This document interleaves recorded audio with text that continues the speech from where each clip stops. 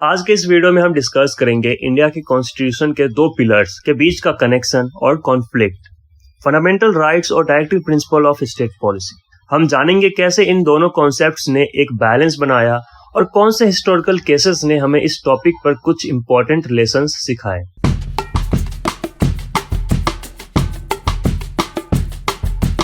दोस्तों, fundamental rights individual के basic rights हैं जो कॉन्स्टिट्यूशन के पार्ट 3 में डिफाइंड है, जैसे कि राइट टू इक्वालिटी, फ्रीडम और राइट अगेंस्ट एक्सप्लॉयटेशन। ये इन्फोर्सेबल हैं और अगर इनका वायलेशन होता है तो आप कोर्ट जा सकते हो। वहीं directive principles of state policy का मेंशन कॉन्स्टिट्यूशन के पार्ट 4 में है। ये गाइडलाइंस हैं जो स्टेट को सोसाइटी को सोशली और इकोनॉमिकली डेवलप करने के लिए दिए गए हैं, जैसे फ्री एजुकेशन, जेंडर इक्वालिटी और पब्लिक हेल्थ प्रमोट करना। लेकिन डायरेक्टिव प्रिंसिपल्स एनफोर्सेबल नहीं है।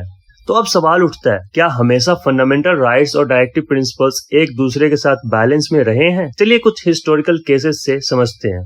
पहला केस, चंपाकम दोराईराजन केस 1951। ये केस मद्रास स्टेट के एक ऑर्डर के अगेंस्ट था जो बैकवर्ड क्लासेस के लिए रिजर्वेशन प्रोवाइड करता था। कोर्ट ने कहा कि अगर डायरेक्टिव प्रिंसिपल्स फंडामेंटल राइट के अगेंस्ट होते हैं तो फंडामेंटल राइट्स प्रिवेल करेंगे। इस केस के बाद कॉन्स्टिट्यूशन का फर्स्ट अमेंडमेंट पास हुआ जो रिजर्वेशंस का बेस बना। फंडामेंटल राइट्स और डायरेक्टिव प्रिंसिपल्स के बीच का कॉन्फ्लिक्ट यहीं से शुरू हुआ, लेकिन इस केस ने बताया कि दोनों को अलाइन करना जरूरी है। दूसरा केस, गोलकनाथ केस 1967। इस केस में सुप्रीम कोर्ट ने कहा कि पार्लियामेंट के पास फंडामेंटल राइट्स को अमेंड करने का पावर नहीं है। इससे डायरेक्टिव प्रिंसिपल्स को इम्प्लीमेंट करना मुश्किल हो गया। ये केस एक टर्निंग पॉइंट था जो एक और बड़े केस की तरफ ले गया, Keshavananda Bharati case. Case 3, Keshavananda Bharati case 1973। इस केस ने बेसिक स्ट्रक्चर डॉक्ट्रिन को इंट्रोड्यूस किया। कोर्ट ने कहा कि पार्लियामेंट फंडामेंटल राइट्स को अमेंड कर सकती है, लेकिन कॉन्स्टिट्यूशन का बेसिक स्ट्रक्चर डिस्ट्रॉय नहीं कर सकती। इससे डायरेक्टिव प्रिंसिपल्स और फंडामेंटल राइट के बीच एक बेटर बैलेंस एस्टैब्लिश हुआ। ये केस बताता है कि दोनों कॉन्सेप्ट एक दूसरे के अपोजिट नहीं, बल्कि एक दूसरे के कॉम्प्लीमेंट्री हैं।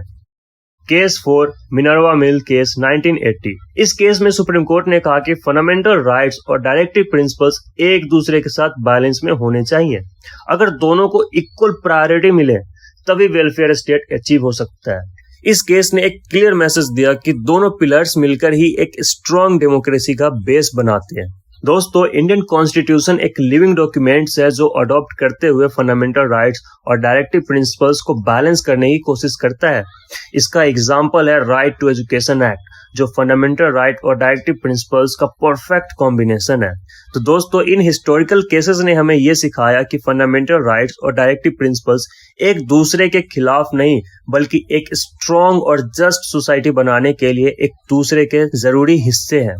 हमें ये समझना होगा कि इन दोनों का बैलेंस ही हमारी डेमोक्रेसी को और मजबूत बनाता है। तो दोस्तों, अगर आपको ये वीडियो पसंद आए तो लाइक करें, शेयर करें और कमेंट सेक्शन में हमें अपनी राय बताएं। ऐसे ही और टॉपिक के लिए चैनल को सब्सक्राइब करना ना भूलें।